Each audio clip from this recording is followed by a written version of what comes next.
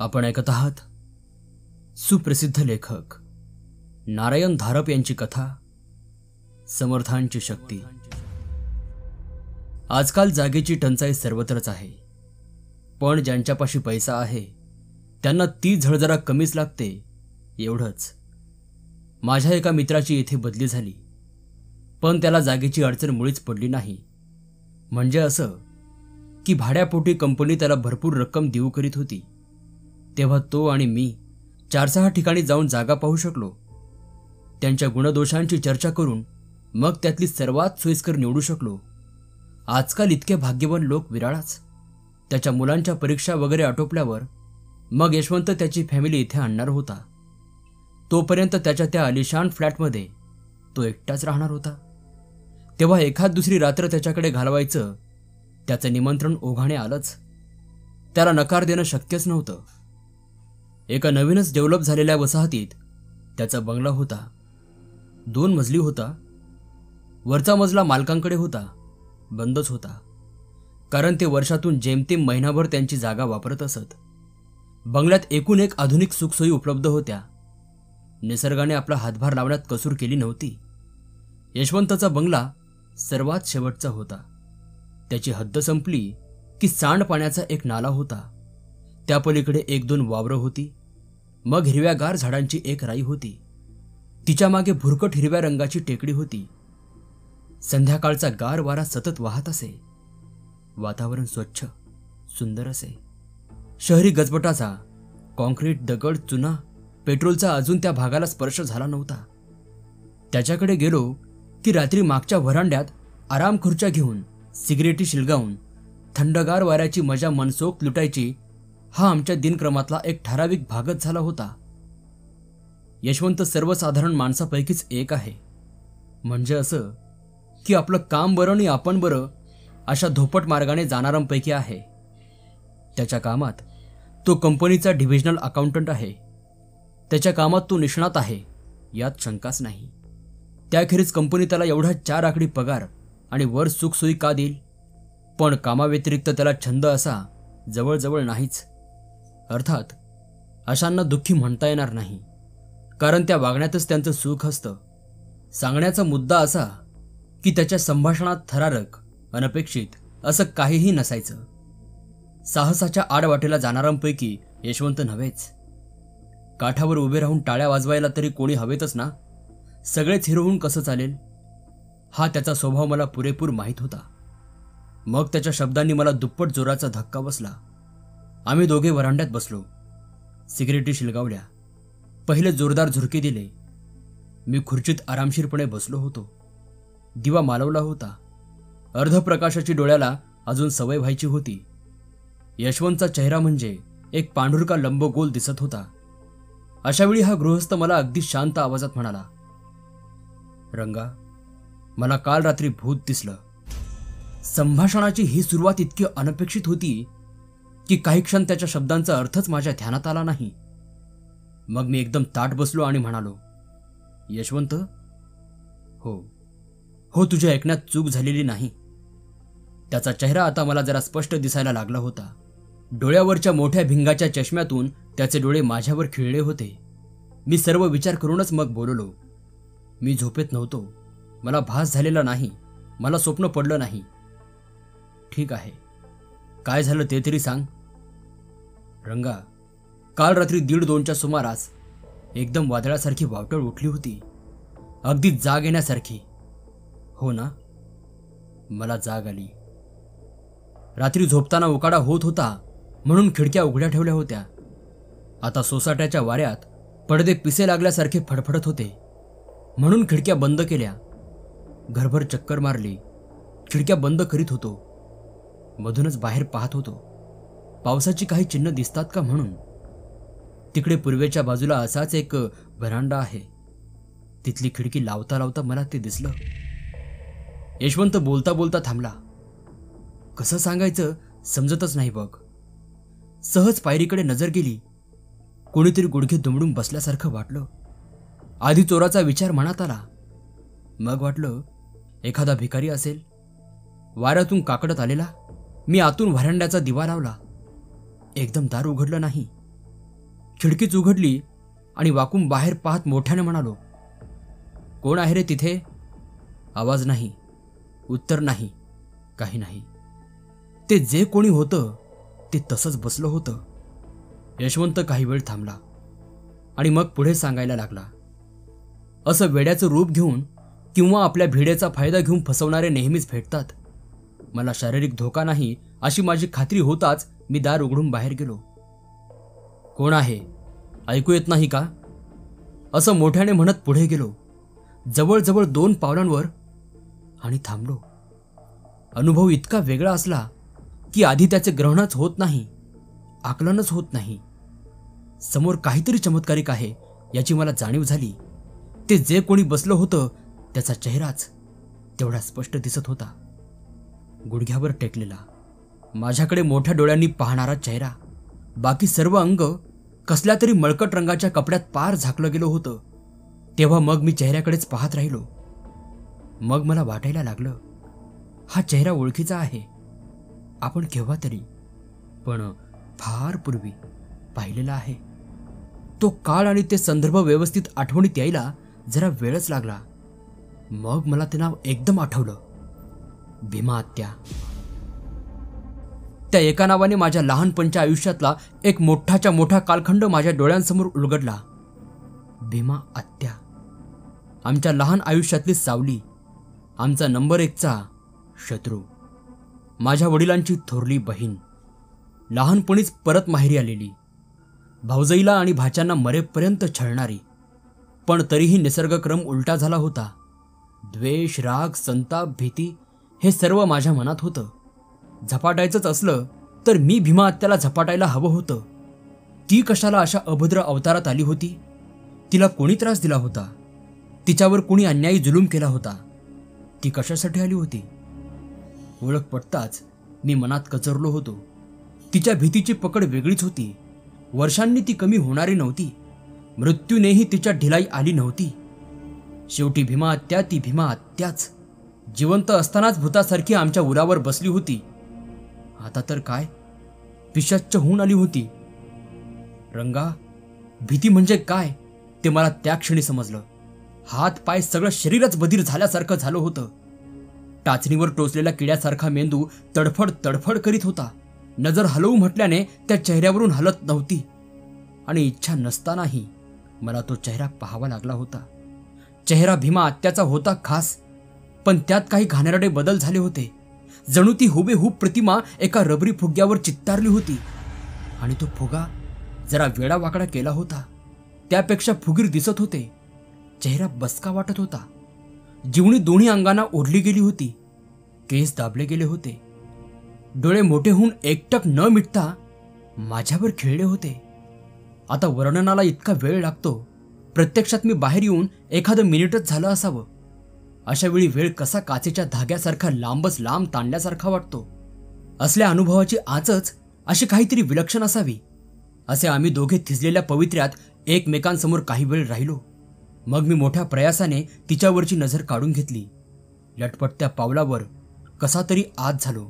दार लावले, दिवा मालवला आणि देवाचं नाव घेत पळत पळत माझी बेडरूम गाठली. पांघरून डोक्यावरून ओढून घेतलं. डोळे घट्ट मिटून घेतले. हातांची छातीशी जोडी करून पडून राहिलो. मला भित्रा म्हण, पळपुट्या म्हण, काहीही म्हण, बंगल्याच्या व्हरांड्यात जे काही आलं होतं त्यासमोर उभं राहायची आपली काही हिंमत नव्हती. यशवंत गप्प बसला. जणू त्याची गोष्ट संपलीच होती. जरा वेळानं मी विचारलं, मग? मग काही नाही. बऱ्याच वेळ मी थरथरत्या शरीराने पडून होतो. एक गोष्ट जाणवत होती, मी एकटा आहे, अगदी एकटा आहे. किंचाळलो तरी कोणाला ऐकू जाणार नाही. आत येऊन बसलो ही चूक तर नाही ना केली? समजा ते तिथून उठलं, दारा खिडक्यांवरून हात आपटायला लागलं. फरफटत्या पावलांनी रखडत रखडत बेडरूमच्या व्हरांड्यापाशी आलं. दारावर खटखट करायला लागलं. भीमा आत्याच्या त्या खास आवाजात मला हाक मारायला लागलं. मी काय करणार होतो? कळलं ना, मन शत्रूला कसं फितूर होतं ते. प्रत्येक कल्पनेबरोबर डोळ्यासमोर नवे चित्र उभे राहत होते. शरीरावर नव्याने काटा उभा राहत होता. पण देवाच्या कृपेने काही झालं नाही. पहाटेस केव्हा तरी मला झोप लागली. ती एकदम सातला जाग आली. ताप येऊन गेल्यावर शरीराला जसा एक हल्लकपणा असतो, जिभेवर जशी एक कडू चव असते, तसं मला वाटत होतं. मग रात्रीची ती आठवण झाली. पांघरून फेकून देत मी ताडदिशी उठून बसलो. लगबगीने मागच्या खोलीत गेलो. दार उघडून बाहेर पाहिलं. व्हरांडा मोकळा होता. त्या पायरीपाशी कोणी आल्याची बसल्याची कसलीही खूण नव्हती, काहीही नाही. मग सावकाश घरात आलो. चहा बनवताना, दाढी करताना, स्नान करताना हाच एक विचार मनात होता, आता काय करायचं. मग ठरवलं तुला फोन करायचा. तू जर रात्रीचा येणार असशील तर मग थांबायचं, नाहीतर एखादा लॉज. एकट्याने इथे रात्र काढायची काही माझी हिंमत झाली नाही. आता तू आला आहेस, तुला सगळं सांगितलं आहे. मी यशवंतचं सांगणं झाल्यावर बराच वेळ गप्प बसलो. त्याच्या संबंधी मला इतपत खात्री होती की तो थट्टा करणार नाही, मनचं काही सांगणार नाही, अतिशयोक्ती करणार नाही, त्याचप्रमाणे नशा चढण्याइतकं मद्यपान करणार नाही. तेव्हा जागतेपणी चांगला शुद्धीवर असताना त्याला काहीतरी थरारक, विस्मयकारक, भयानक अनुभव आला होता, यात शंका नव्हती. त्याने मला रात्रीच्या मुक्कामाला बोलावलं होतं, यात माझ्याही सारासार विचाराला आणि धैर्याला एक आव्हानच होतं. यशवंत, मी शेवटी म्हणालो, तू खोटं बोलत आहेस असं मी म्हणत नाही. इतर काही चर्चा करण्याआधी मी असं सुचवतो की आजची रात्र आपण वाट पाहू. काल रात्रीच्या प्रकरणाची पुनरावृत्ती होते का पाहू.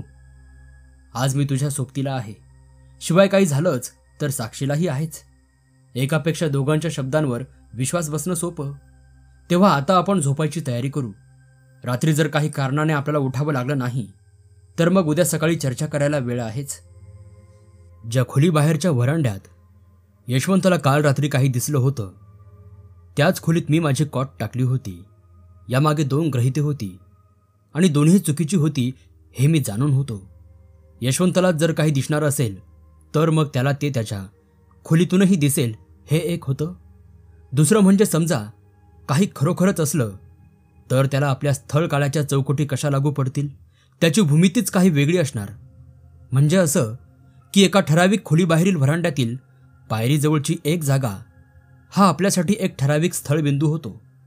त्यांच्यासाठी तो स्थिर किंवा अचल असेल कशावरून हे दुसरं मला नीट सांगता येत नाही.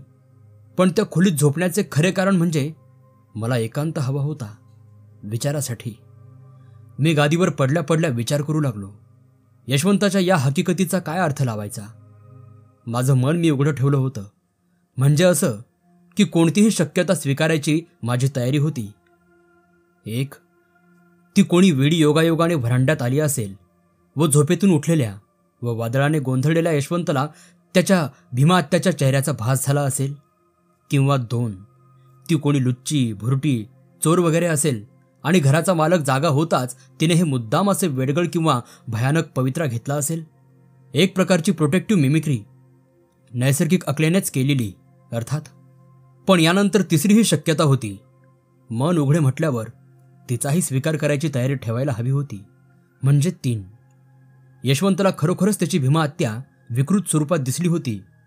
मन हबकिवणारा विचार खरा. असं खरोखरच काही समोर आलं तर माणसाची काय अवस्था होईल. एक प्रकारच्या परीक्षानुभूतीनेच माझ्या अंगावर एक शहारा येऊन गेला. आसपासचा गारवा आणखी गार झाला. शांततेला एक गंभीर छटा आली. बाजूच्या 4 संरक्षक भीतीचा मोठा आधार वाटू लागला. किती अप्रोदिक विचार, जशा काही भिंती या त्यांना अडसरच ठरल्या असत्या. पण माझे मन परत परत यशवंताच्या अनुभवाकडे येत होते. याबद्दल मी जे काही वाचले किंवा ऐकले होते त्यावरून याच्या मुळाशी तीव्र भावना, राग, द्वेष, भीती, शारीरिक वेदना अशा असतात अशी समजूत झाली होती. पण हे दर्शन भयानक असले पाहिजे. एखादी व्यक्ती मरण पावली की आपण मनातली तिची जागा नकळत पुसून कोरी करतो. वर्तमान काळात ती व्यक्ती पुन्हा दिसणार नाही अशी मनाची धारणा होत असते. जगाचा एक दुवा कमी झालेला असतो. जे बाकी असतात त्यांच्यावर जास्त भार द्यायला आपण शिकतो. आणि मग समजा मध्येच ती व्यक्ती अशी समोर उभी राहिली तर मनातले सर्व संदर्भ विस्कळीत होतात. सर्व चौकटींची मापं बदलतात. मोठा वाईट अनुभव. पण एका अंगाचा विचार मी तेव्हा केलाच नव्हता. या दर्शनामागचा हेतू, आपल्याला काही प्रत्यक्ष धोका, इजा पोहोचण्याची शक्यता निर्माण झाली तर. झोपेचा विचारही मनातून गेला होता. मध्येच मी एकटा उठलो. सिगरेट शिलगावली. दार उघडून बाहेरच्या त्या व्हरांड्यात आलो. पायरीजवळचा भाग अगदी निरखून पाहिला. बोध काहीच झाला नाही. मी काही या विषयातला तज्ज्ञ नव्हतो. या विषयात कुणी तज्ज्ञ असतील तर भोंदू फारच. अंधविश्वासाचा फायदा घेऊन हातचालाकी, नजरबंदी असल्या युक्त्यांनी लोकांना फसवून पैसे उकळणारेच फार. मी परत खोलीत आलो आणि कॉटवर पडलो. 12:30च्या टोल्यानंतर केव्हा तरी मला झोप लागली असावी. झोपेत स्वप्न पडत होते. यशवंतच्या बंगल्यातली ही खोली, जिच्यात एका कॉटवर मी झोपलेलो होतो, ती खोली बंगल्यापासून अलग होत होती. पाण्यात वाहत जाणाऱ्या शेवाळच्या पुंजक्यातून एखादा तुकडा अलग व्हावा तशी. हे भयंकर आहे. काही करून आपण टाळलेच पाहिजे. निदान या खोलीतून निघून घरात गेलं पाहिजे. ते सुद्धा त्यांचा संबंध आहे तोपर्यंतच. अशी विलक्षण तीव्र जाणीव मनाला होत होती. पण स्वप्नातली असहाय्यता सर्वांनी अनुभवली आहेच. डोळ्यांच्या पापण्या सुद्धा वर उचलवत नाहीत. मग इतर हालचाल, धावपळ हे तर दूरच राहिले. असं वाटत होतं की ते थर दूर होताना खोलीतली उष्णता, हवा सर्व काही बरोबर नेत होतं. मी जणू एका थंडगार पोकळीत खेचला जात होतो. स्वप्नात केवळ दृश्यच दिसत नाहीत, त्यांना योग्य अशा संवेदनाही जाणवतात. थंडीने माझं रक्त थिजून चालल्याची जाणीव होत होती. खोलीतली विरळ होत जाणारी हवा खेचायला छाती एखाद्या भात्यासारखी धापा टाकीत होती. तरीही पुरेसा श्वास मिळत नव्हता. शेवटी अशी काहीतरी संवेदना जागत्या मनापर्यंत पोहोचते आणि झोपेचा अंमल उतरतो. मला जेव्हा त्या मृत्यूच्या खोलीतली तडफड असह्य झाली, तेव्हा मला जाग आली असं वाटलं की हेही दुसरे स्वप्नच होते. कारण खोली बर्फासारखी गार पडली होती. खोलीत प्रकाश होता, पण तो मोठा चमत्कारिक प्रकाश होता. चंद्र उगवायच्या आधी पडतो तसा ताऱ्यांचा धुसर प्रकाश. आणि त्या प्रकाशात मला दिसलं की माझ्या कॉट शेजारी कोणीतरी उभा आहे. तेव्हाही मनात विचार आला की यशवंताच्या सांगण्याचा हा परिणाम. असली चमत्कारिक स्वप्न. पण थंडीची संवेदना कमी होईना. डोळ्यासमोरची अर्धप्रकाशित खोलीही जाईना. झोपेत आहे का जागा आहे पाहण्यासाठी चिमटा घ्यावा, पण स्वप्नात सुद्धा माणूस स्वतः चिमटा घेऊ शकणार नाही का? नाही. आत्ताच्या अनुभवाची क्वालिटीच अशी काही वेगळी होती की मला खरोखरच भीती वाटायला लागली होती. हे जे कोणी माझ्या कॉट शेजारी उभा आहे, ज्यांच्या अंगावरचं हे मळकं वस्त्र मला दिसतं आहे, त्यांच्या चेहऱ्याकडे पाहायला हवं. पण तिथेच धीर होत नव्हता. पण शेवटी भीती मिश्रित उत्सुकतेने माझी नजर सावकाश वर गेली. मळक्या कपड्यांच्या घड्यांवरून सरकत वर गेली. माझ्या कॉट शेजारी करंदीकर मास्तर उभे होते. ओळख पटायला एक क्षणही लागला नाही. कारण काही माणसांची चित्र आपल्या मेंदूवर जणू एखाद्या पोलादी लेखणीनेच कोरलेली असतात.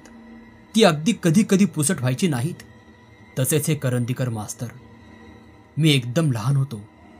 मराठी 4थीचा वर्ग. करंदीकर मास्तरांचा गणिताचा तास. काळ, काम, वेगाची आणि व्यस्त त्रैशिकाची गणितं. पाट्यांवर दगडी पेन्सिलीचा टकटक आवाज. पाट्या पालथ्या घाला. मास्तरांची गर्जना आणि मग हातात पाटी घेतलेली मुलांची रांग. मास्तरांपाशी जायचं, पाटी दाखवायची. उत्तर चुकलं की छडीसाठी हात पुढे करायचा. सरळ नाही, त्यांच्या त्या टेबलावर पालथा ठेवायचा. बोटांच्या हाडांवर ते छडी मारत. दया माया नाही. तुला मार देताना मला वाईट वाटतं असे मानभावी शब्द नाहीत. त्यांना वाईट तर वाटत नसेच. मुलांना झोपडण्यात एक आसुरी आनंद होत असावा. त्यांची ती उंच कृश आकृती, चेहऱ्यावरची 2-3 दिवसांची दाढी, कळकट काळी टोपी, मळकट उपरणं, लांब तपकिरी कोट आणि छडी घेतलेला वाळका, धमण्या दिसणारा गोरा हात. पोरांच्या चड्ड्या अक्षरशः ओल्या होत. मी लहान होतो. त्या 4थीच्या वर्गात होतो. वैशाखाची रणरणती दुपार. वर पत्रा तापलेला, बसायला भिंतींना मांडलेली बिनपाठीची डगडगती बाकडी. परीक्षेचा ताण आणि करंदीकर मास्तर. इतक्या वर्षानंतरही मनातला तो धसका दूर झाला नव्हता. त्यांची ती करडी नजर माझ्यावर खिळली होती आणि एखाद्या दोरीने खेचल्यासारखा मी सावकाश उठून बसत होतो. मग उभा राहत होतो. त्यांच्या त्या नजरेखेरीज माझे इतरत्र कोठेही लक्ष नव्हतं.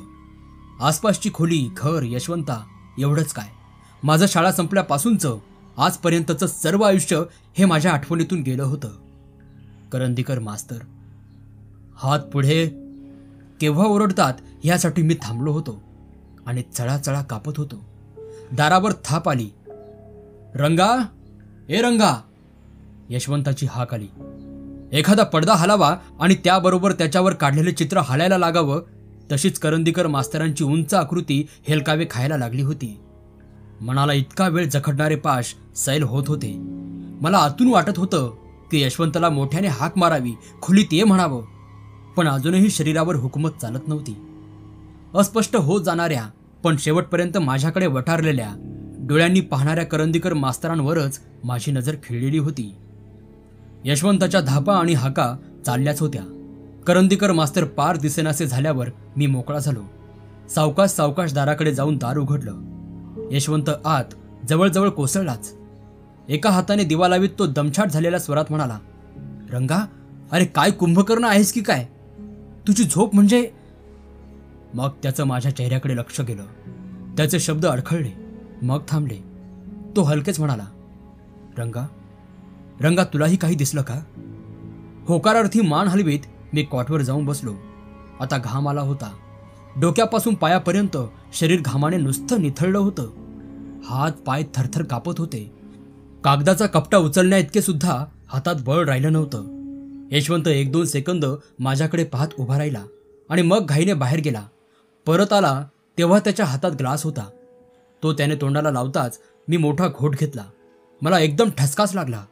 त्याने ब्रँडी, पाणी आणलं होतं.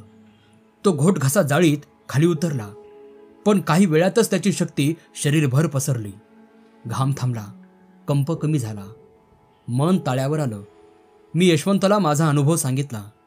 बराचसा भाग त्याला न सांगताच समजला, कारण त्याचाही अनुभव बहुतांशी तसाच होता. पण यशवंत, तू नेमका त्यावेळी कसा आलास? मी नवलाने विचारत होतो. आला नसतास तर सांगता येत नाही काय झालं असतं ते, मी थरारत म्हणालो. माझ्या खोलीत मला एकदम अस्वस्थ वाटायला लागलं. कालचाच प्रकार पुन्हा होणार अशा भीतीने मी तुला उठवायला आलो होतो.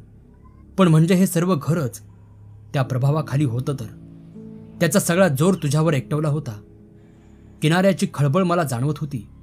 आम्ही काही वेळ बोलत बसलो, पण त्या शंका किंवा तेच तर्क बोलून दाखविण्यापलीकडे जास्त काही निष्पन्न होत नव्हतं. शिवाय थकवाही आला होता. शांतपणे पडून राहावंसं वाटत होतं. माझ्या नकळत यशवंतने मला त्याच्याच खोलीत नेलं.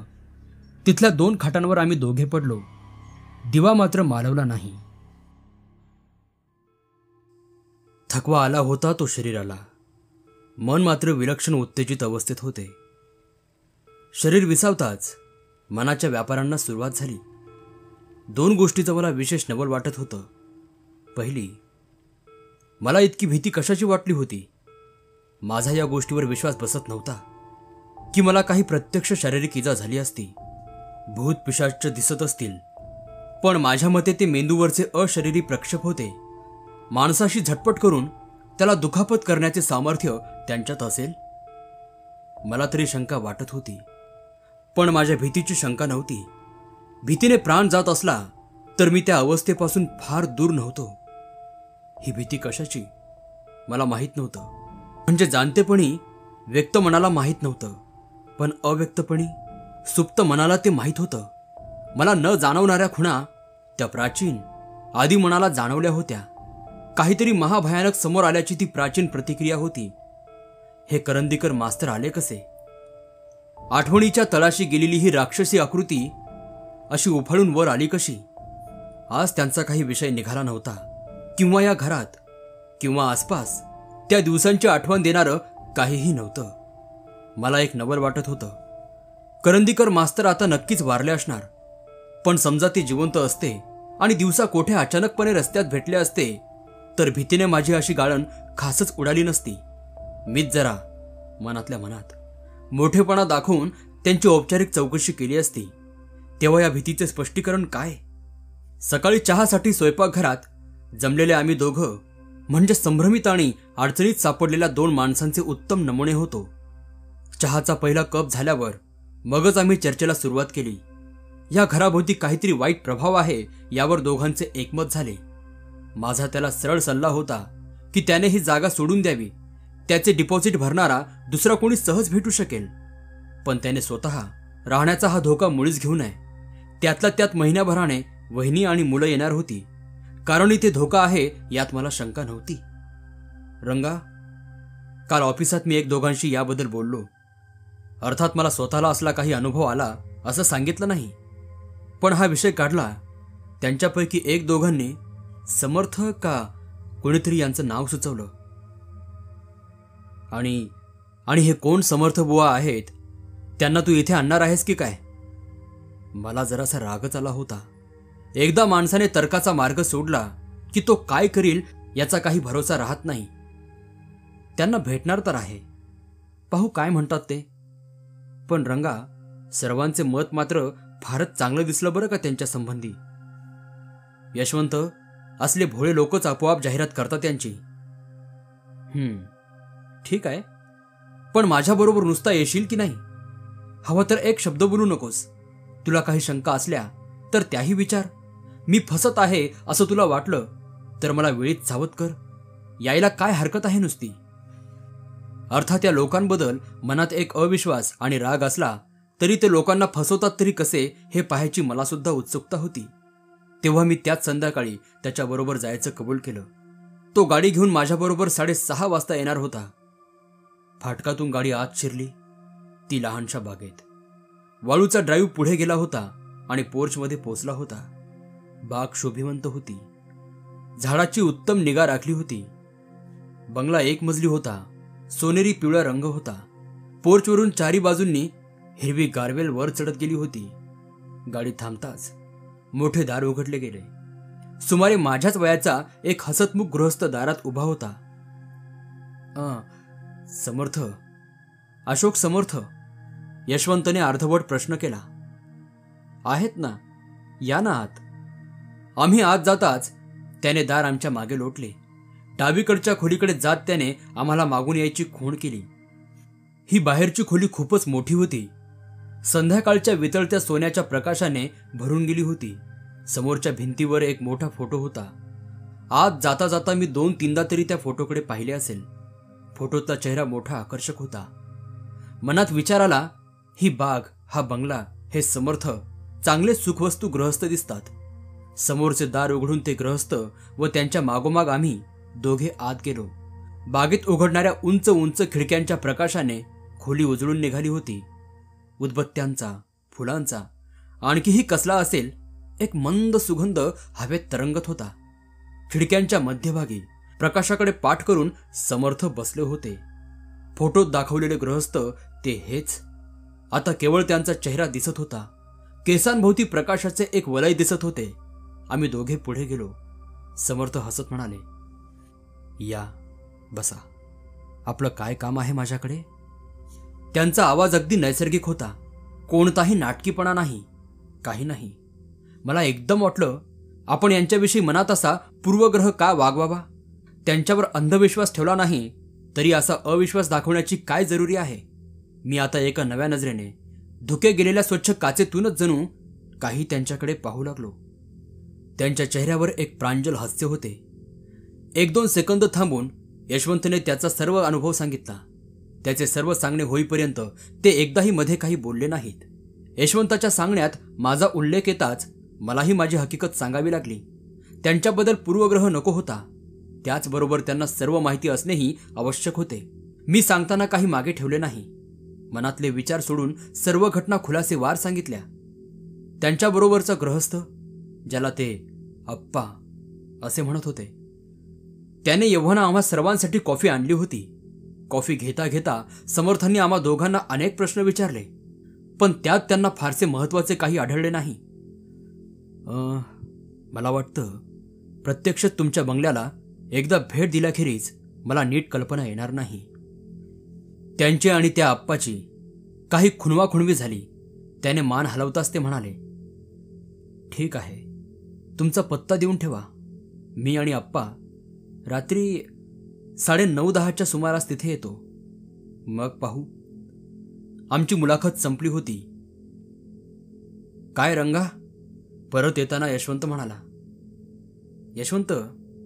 काही नाही यशवंत, आता ते बंगल्यावर येतच आहेत. पाहूया काय शोध घेतात, काय उपाय करतात. मी माझे मत राखून ठेवणार होतो. मनात असा विचार होता की माणूस जितका हुशार तितका तो व्यावसायिक चतुराई अधिक दाखवतो. संध्याकाळ झाली. अंधार पडला. आणि विचार परत एकदा आम्हा दोघांना आलेल्या अनुभवाकडे वळले. त्यांच्या प्रखर सत्यतेबद्दल काहीच शंका नव्हती. अज्ञात गोष्टीला माणूस जरा धीराने तोंड देतो, पण काल तो प्रकार माहीत झाला होता. आता पुन्हा त्या अनुभवातून जायला मन काही केल्या तयार होत नव्हते. यशवंत, आपण 10 फार तर 10:15 पर्यंत या समर्थांची वाट पाहू. तोपर्यंत आले नाहीत तर रात्री सरळ माझ्या घरी जाऊ. इथे कालच्यासारखी आणखी एक रात्र काढायची आपली काही हिंमत नाही बुवा, मी त्याला म्हणालो. पण या चिंतेची जरुरीच नव्हती. 9:45 वाजताच समर्थ आणि आप्पा दोघे हजर झाले. समर्थांच्या हातात एक लहानशी रेशमाची पिशवी होती. संध्याकाळी मी त्यांना बसलेलंच पाहिलं होतं. आता मला दिसलं की त्यांची उंची खूपच आहे. ते हॉलच्या प्रकाशात आले तेव्हा त्यांचा चेहराही काही वेगळाच दिसला. मनात कल्पना आली ती घासून पुसून स्वच्छ केलेल्या शस्त्राची होती. आपण काही घेणार का? ठरल्याप्रमाणे यशवंतने त्यांना विचारलं. नाही, समर्थ म्हणाले. आपण आधी घर आणि मग आसपासची जागा पाहू, चला. समर्थ स्वतः एकामागो एक अशा सर्व खोल्यातून हिंडले. मग आम्ही सर्वजण बाहेर आलो. सर्व बंगल्याला वळसा घातला. समोर पसरत गेलेल्या वावराकडे पाहत समर्थ बराच वेळ उभे होते. मग ते आमच्याबरोबर निघाले. सर्व पाहणी झाल्यावर आम्ही चौघे हॉलमध्ये बसलो होतो. मी तुम्हाला एक सल्ला देतो, समर्थ शेवटी म्हणाले. आजची रात्र मला आणि आप्पाला या घरात राहू द्या. तुमची बाहेर कुठे सोय होण्यासारखी असली तर तिकडे रात्र काढा. सकाळी इथे या. तुम्ही काय करणार आहात? मी न राहून विचारलं. काय होत आहे ते आधी पाहायला हवं, मग काय करायचं ते ठरवावं लागेल. पण काहीतरी कल्पना आली असेल ना तुम्हाला? मला वाटतं माझ्या आवाजात नकळत आलेला संशय त्यांना जाणवला असावा. त्यांच्या चेहऱ्यावर काहीच बदल झाला नाही. मात्र ते यशवंताकडे वळून म्हणाले. असं करूया, आपण सर्वच जण आजची रात्र इथेच घालवू. आता तुम्ही झोपू शकता. काही वेळ आली तर मी तुम्हाला हाका मारीनच. ती व्हरांड्याजवळची खोली मला आणि आप्पाला वापरायला द्या. तुम्हाला काही सामान वगैरे? यशवंतने विचारले. नाही, नको. यावेळी मात्र त्यांच्या चेहऱ्यावर एक मंद स्मित होतं. कोणतेही प्रश्न एखाद्या आपल्या मते तज्ज्ञाकडे सोपवला की निर्धास्त होण्याकडे माणसाचा कल असतो. आम्हीही काही याला अपवाद नव्हतो.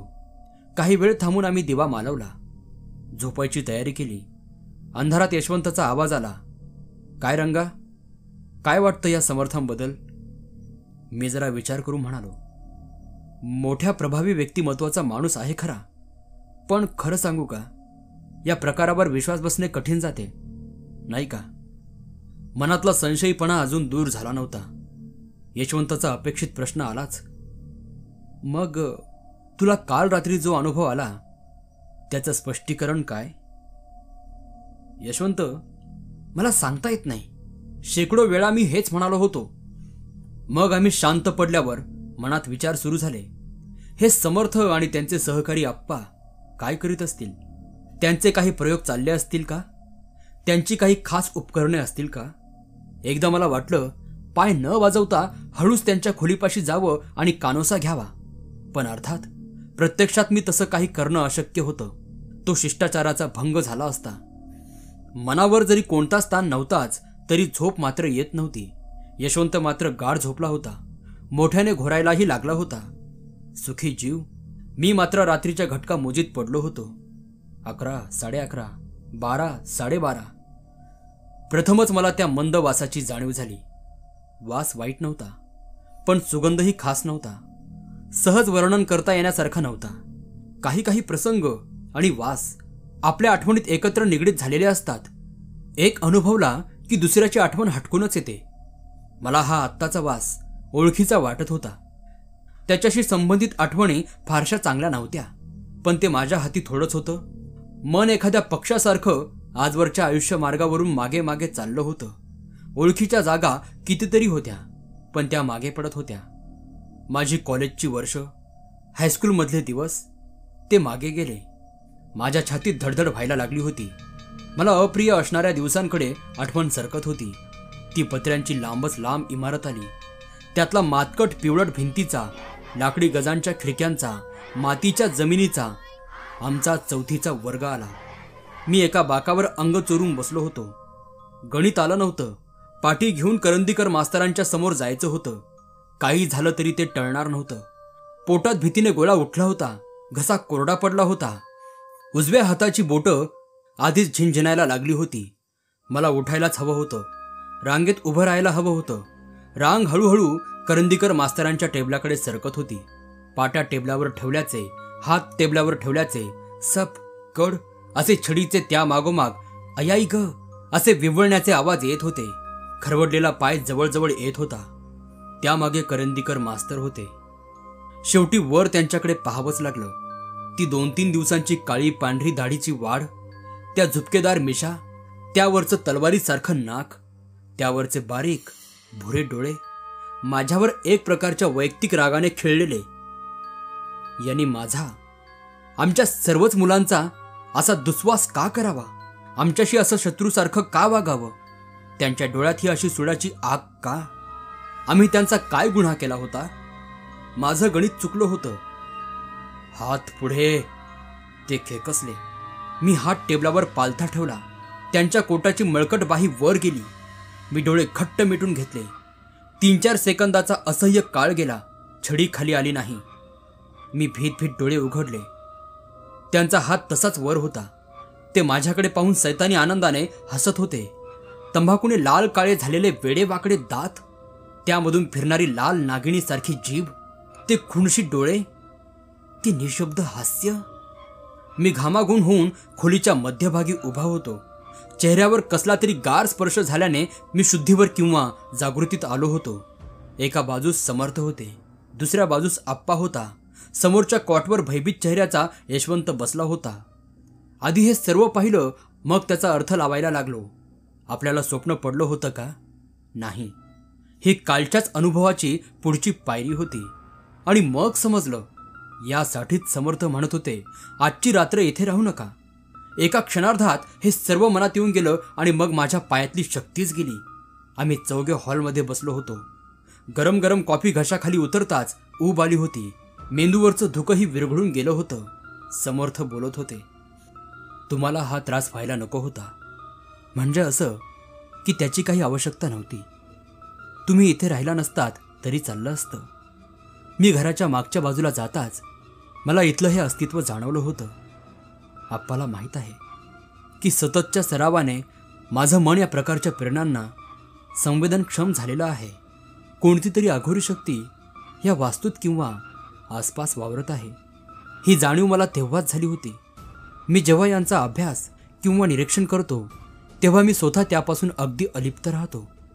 वीज दुरुस्ती करणारे जशी इशुलेटेड मुठीची हत्यारे वापरतात, तसलंच हे. ते मला स्पर्श करू शकत नाहीत. पण तुमची गोष्ट वेगळी आहे. तुम्ही असे संरक्षित अवस्थेत नव्हता. हे आहे तरी काय असं विचारावंसं वाटत असेल, नाही? आधी त्याचा आपल्याशी संबंध कसा येतो ते आपल्याला कसं जाणवतं, म्हणजे मग त्याच्या रूपागुणाविषयी काही अंदाज बांधता येतील. यशवंतला त्याची ती भीमा हत्या दिसली. तुला तुझे ते करंदीकर मास्तर दिसले. दोन्हीत समान गोष्ट एकच आहे. मनात असलेली विलक्षण भीती, थोडीशी चिडही. बालपणाच्या या भावना अनाच्छादित र्वा असे असतात, अतिशय प्रखर असतात. त्यांची जरी आपल्याला विस्मृती झाली तरी आयुष्यभराच्या आपल्या वागणुकीवर त्यांचा काहीतरी परिणाम घडत असतो. आपल्या स्वभावाची जी जडणघडण होते, माणसाचं जे व्यक्तिमत्व तयार होतं, त्यातल्या मूलभूत घटकांपैकी या आठवणी असतात. त्यांचा इथे उपयोग केला जात आहे. तुमच्या लक्षात येईल की हा मानसिक पातळीवरचा संपर्क आहे, पण साध्या दुर्विचारासारखा पुसटचा स्पर्श नाही. एखादा गळ डोहाच्या पार तळापर्यंत जावा आणि तिथून काहीतरी त्यात गुंतून वर यावं, तसा आहे. तुमच्या आजवरच्या आयुष्यातल्या आठवणींची सर्व कवचे फोडून पार पायाजवळ पोहोचण्याची त्यात शक्ती आहे. तिथला असा एखादा चिरा उखडून वर आणण्याची, तुमच्या व्यक्तिमत्वाचा चुराडा करण्याची त्यात शक्ती आहे. म्हणून मी तुम्हाला सल्ला देत होतो की आजची रात्र बाहेर कुठेतरी घालवा. असो, मला माझी शरम वाटत होती, पण बोलण्यात काय अर्थ होता? पण समर्थ, प्रत्येकासमोर वेगवेगळी रूपं घेणं कसं शक्य आहे? आप्पा म्हणाला, रूपे कोणी घेत नाही. ते म्हणाले, सर्व मानसिक शक्ती हा झपाटलेला माणूसच खर्च करीत असतो. त्याला खेळवणारा मजा पाहत असतो. पहा ना, शेवटी आपण एखादा प्रसंग आठवणीत आणतो म्हणजे काय करतो? मेंदूच्या ज्या भागावर त्याची नोंद झाली आहे त्या भागाला थोडेसे विद्युत रासायनिक उद्दीपन देतो. लागलीच समोर ती चित्रे उभी राहतात. मग इथे हाच प्रकार होत होता. तुमचा मेंदू एखाद्या उघड्या पुस्तकासारखा त्याच्या समोर आहे. त्यातला कोणताही भाग निवडून त्याला एक तीव्र झटका देताच आपल्या आठवणींची चित्र समोर नाचायला लागतात. तुम्ही दोघांनी जरा विचार केला तर तुमच्या ध्यानात येईल की तुमच्या आठवणी जरा विकृत होत्या. त्यातला घृणास्पद भाग अधोरेखित केला गेला होता. ही नैसर्गिक आठवण नाही, कृत्रिम आहे हे तेव्हाच उघड होतं. समर्थ काही वेळ बोलायचे थांबले. मग ते बोलायला लागले तेव्हा त्यांचा आवाज एकदम बदलला होता. त्याला एक विलक्षण धार आली होती. लोकांच्या मनाशी असे अघोरी खेळ खेळणारे, स्वतःच्या करमणुकीसाठी लोकांना असह्य अनुभवातून जायला लावणारे मला आवडत नाहीत. आता 2 वाजून गेले आहेत. एवढ्यातच रात्र संपेल. उद्या मी त्याचा बंदोबस्त करीन. त्यांचा आवाज कठीण झाला होता, पण त्यात विलक्षण आत्मविश्वास भरला होता.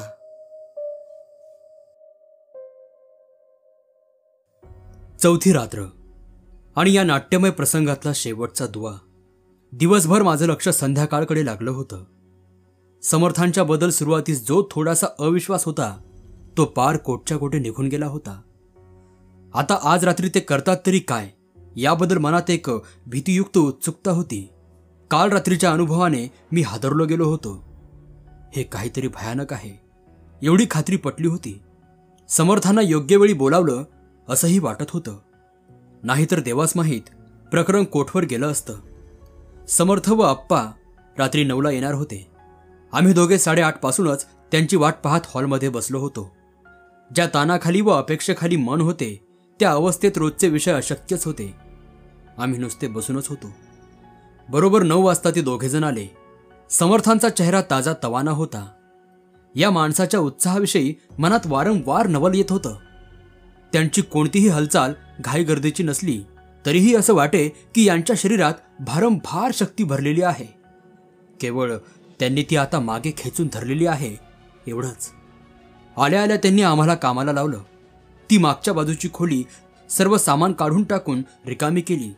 मग ओल्या फडक्याने खालची फरशी स्वच्छ पुसून काढली. मग समर्थांनी आपल्या लहानशा पिशवीतल्या काही मेणबत्त्या आणि अगरबत्त्या काढल्या. बाटल्यात भस्म होते त्याची त्यांनी एक मोठी पंचकोणी आकृती खोलीच्या मध्यभागी काढली होती. मात्र तिची एक बाजू अर्धवटच काढली. तुम्ही तिघेही आता स्नान करून मग या, पंचकोनात बसा, ते म्हणाले. रोजची परिचित गोष्ट वेगळ्या वेळी केली की तिला एक नवाच अर्थ येतो. रात्री 10ला स्नान केलेलं मला आजवर आठवत नाही. वेगळं आणि नवखं वाटत होतं. आम्ही तिघं पंचकोनात आल्यावर त्यांनी शेवटची रेख पुरी केली. मी एकटा असलो तर मला या कशाची जरुरी लागत नाही. समर्थ म्हणत होते, हे तुमच्या संरक्षणासाठी आहे. आता आपण इथल्या अस्तित्वाला आवाहन करणार आहोत. कोणत्या आकारात येईल सांगता येत नाही. काहीही पाहण्याची मनाची तयारी ठेवा. ते पिशवीतून काढलेल्या अगरबत्त्या आता शिलगावत होते. खोलीच्या ज्या बाजूस वरांडा होता तिकडच्या कोणात त्यांनी त्या अगरबत्त्या ठेवल्या. मेणबत्त्या शिलगावून त्या पाची कोणात ठेवल्या. खोलीची सर्व दारं बंद केली होती. छताचा मोठा दिवा जळत होता. आम्ही चौघेजण पंचकोनात स्वस्थ बसलो होतो. अगरबत्तीचा धूर वर चढत होता. तिचा वास माझ्यापर्यंत पोहोचत होता. मी एकदम तो ओळखला. काल रात्री आलेला वास. तुम्ही ही अगरबत्ती काल लावली होतीत समर्थ? मी एकदम म्हणालो, होय. हिच्यात काही रसायनं आहेत. त्यांचा धूर नाकावाटे शरीरात गेला की त्याचा मेंदूवर परिणाम होतो. मेंदूच्या क्रिया जरा मंदावतात. मी म्हणालो, तरीही मला काल इतकी प्रखर आठवण आली. होय, तुमच्या अंशतः संरक्षणासाठी मी ही अगरबत्ती काल लावली होती. आजही त्यासाठीच लावली आहे. आठवणी जागृत झाल्या तरी त्या एखाद्या फिल्टरमधून गेल्यासारख्या अंधुक असतील. काही वेळा मानसिक अनुभवही इतके प्रखर असतात की मेंदू ते सहन करू शकत नाही. त्याखाली तो चुरमडून जातो. त्या पंचकोणात आम्ही खुर्च्या घेतल्या नव्हत्या. फरशीवर मांडी घालून बसलो होतो. ती सवय आता पार मोडली होती. पायांना सारखी रग लागत होती. मांडी बदलावी लागत होती. समर्थ मात्र एकदा जो पवित्रा घेऊन बसले होते त्यापासून रत्तीभरही हलत नव्हते. हा पंचकोन कशासाठी? संरक्षणासाठी? मी विचारलं. होय. विश्वात प्रत्येक गोष्टीला आपापली शक्ती असते. मग ती एखाद्या हातोड्यासारखी मूर्त असो, एखाद्या शब्दासारखी अर्धमूर्त असो, तरल असो, किंवा एखाद्या विचारासारखी अमूर्त निर्द्रव्य असो. फक्त ती शक्ती एकत्रित करून योग्य त्या स्थळी वापरता आली पाहिजे. पूर्वीचे मंत्रोच्चार म्हणजे हेच होतं. आवाज, विचार यांची सर्व शक्ती काही एका ठराविक दिशेला एकत्रित करण्याचा मार्ग होता. पंचकोनी आकृती काढणे किंवा तिकडे एकाग्र नजर करून काही ठराविक मंत्र म्हणणे म्हणजे विचार तिथे एकत्रित करण्याचे साधन आहे. अर्थात त्याला ज्ञान हवं, प्रदीर्घ अभ्यासही हवा, सराव हवा. मग तिथे एक अडथळा तयार होतो. काही काही अस्तित्वांना प्रवेशाला मज्जाव होतो. तरीही अगरबत्ती वापरीत आहात? मी शंका काढली. कारण त्यांच्या शक्तीची, रूपाची मला पुरी कल्पना नाही. काल जर मला अवधी मिळाला असता तर हा निरीक्षणाचा भाग पुरा झाला असता. तुमचं ऐकायला हवं होतं समर्थ. आम्ही बाहेर कुठेतरी जायला हवं होतं. मी वरमून म्हणालो. असू द्या, आता काही उपाय नाही. ते जरा हसत म्हणाले. आणि तुझ्या मनातली शंकाही फिटायला जरा मदत होईल. समर्थ, मी वरमून म्हणालो. माझा तसा हेतू नव्हता. सावध, ते एकदम म्हणाले. नीट ध्यान द्या. वरचा छतावरचा दिवा मंद झाला होता. वर पाहिलं तर दिवा खूप लांब असावा किंवा मध्ये कसला तरी धूर असावा असं वाटत होतं. पंचकोनाच्या कोणावर त्या मेणबत्त्या फडफड करायला लागल्या होत्या. खोलीची दारं खिडक्या बंद असूनही त्या अज्ञात प्रदेशावरचा काळा वारा वाहायला लागला होता. आणि या काळ्या वाऱ्यावर स्वार झालेले अभद्र आकार पंचकोनाभोवती साकार होत होते. आणि एका गोष्टीने मला खरा हिसका बसला. ते आकार अभद्र असतील पण अपरिचित नव्हते. मनात खोलवर रुतलेल्या आठवणी खेचून वर काढल्या गेल्या होत्या. त्यातले चेहरे पण वाकलेले, दाबलेले, वेडेवाकडे झालेले समोर येत होते.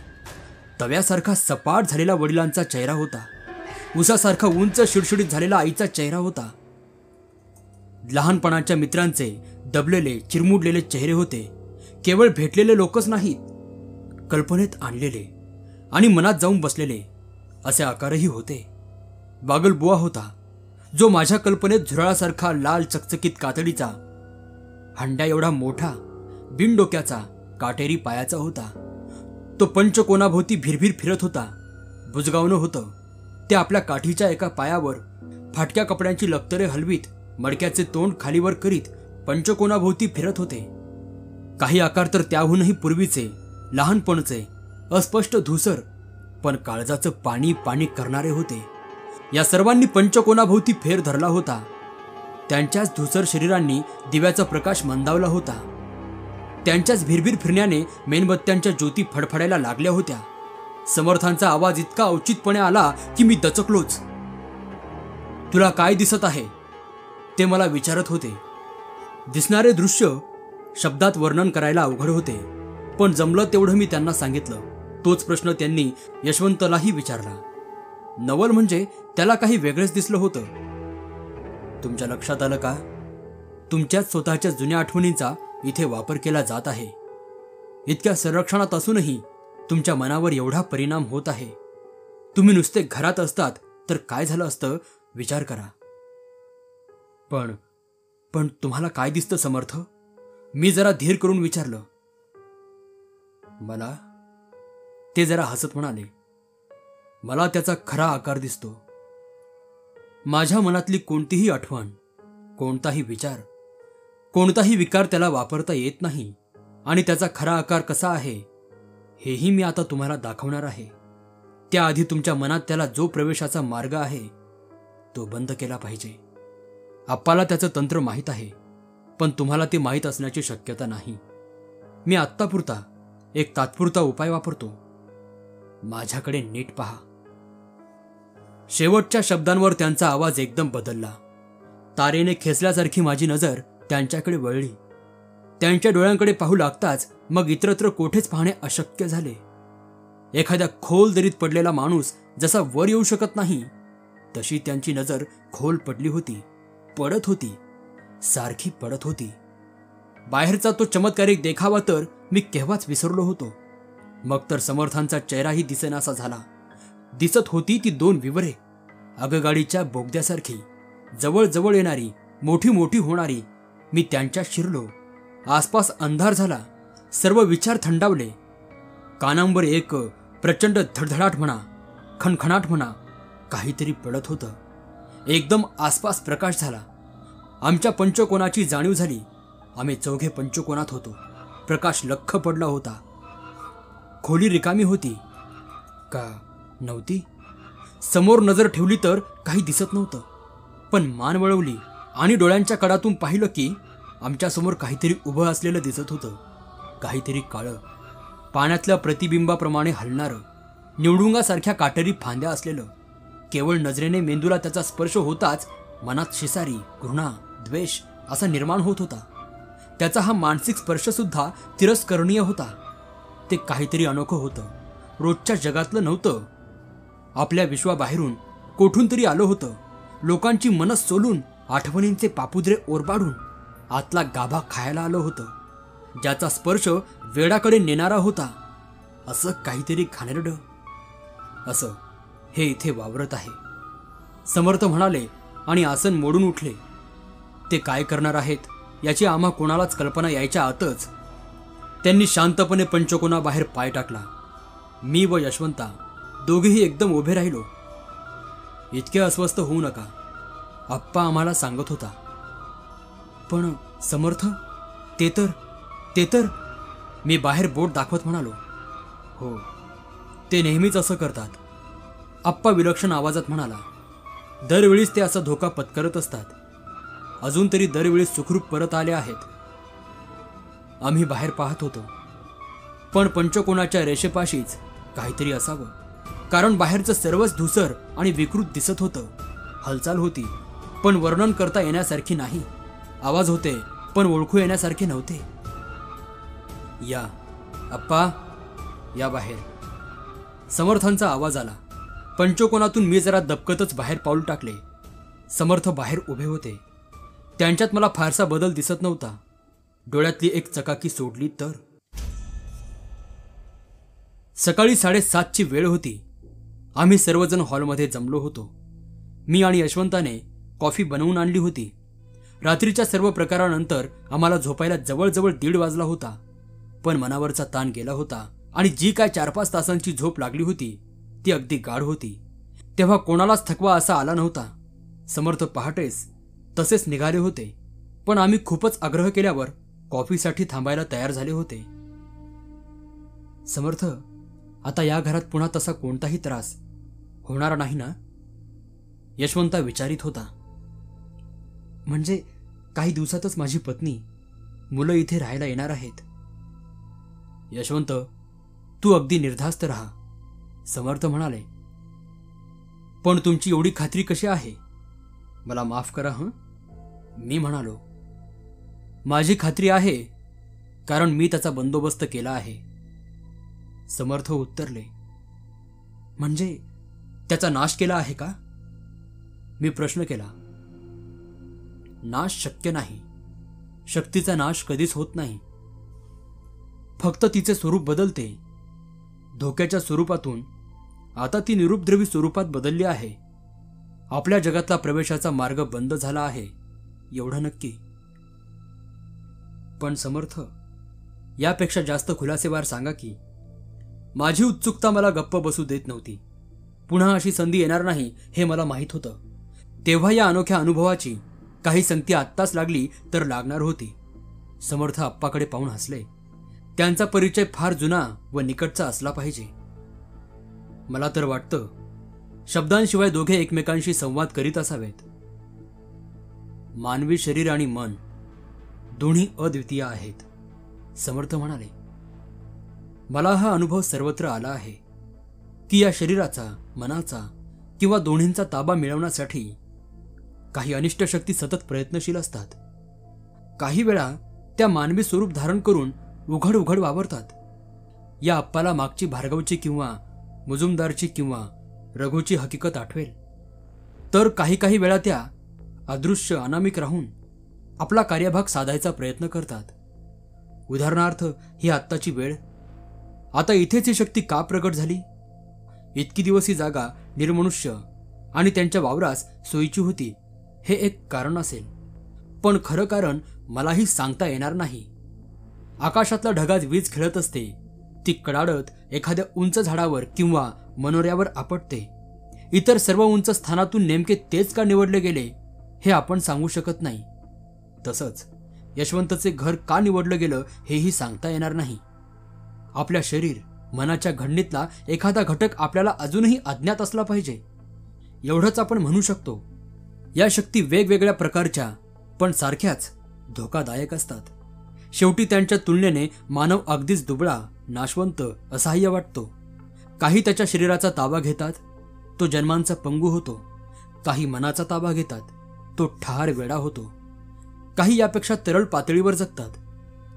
त्याच्याच मनाचा उपयोग करून त्याच्यासमोर आठवणीतली भयानक चित्रे नाचवितात. त्याच्या मनाची भीतीने ही घालमेल होते. भावना विकारांचा जो प्रचंड उत्सर्ग होतो तेच त्यांचे खाद्य. भावनांवर जगणारे हे एक रोग जंतूच. शेवटी क्षीण होऊन मनुष्य त्यांना बळी पडतो. आता अशा रीतीने हल्ला करणाऱ्या शक्ती चर्मचक्षुंना दिसतीलच कशा?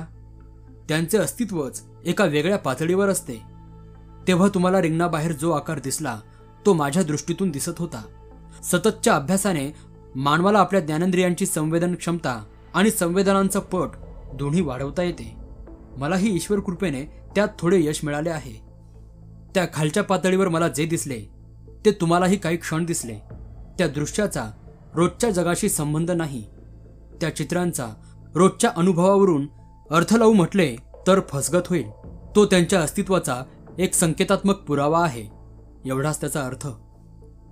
समर्थ काही वेळ थांबले, पुन्हा बोलू लागले. तेव्हा शब्द किंचित सावकाश विचार करून बोलल्यासारखे येत होते. आता पुढचा भाग आणि हात सांगताना माझी नेहमीच अडचण होते. काय झालं आहे ते मला पुरेपूर माहीत असतं, पण ते वर्णन करायला योग्य शब्द नसतात.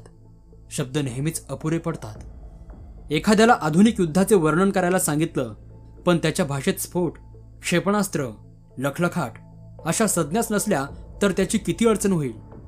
माझी अवस्था जवळजवळ तशीच होते. कारण जो संघर्ष होतो त्याची साधने, त्याचे हेतू, त्याचे परिणाम कशालाच आपल्या भाषेत, कोणत्याच भाषेत शब्द नाहीत.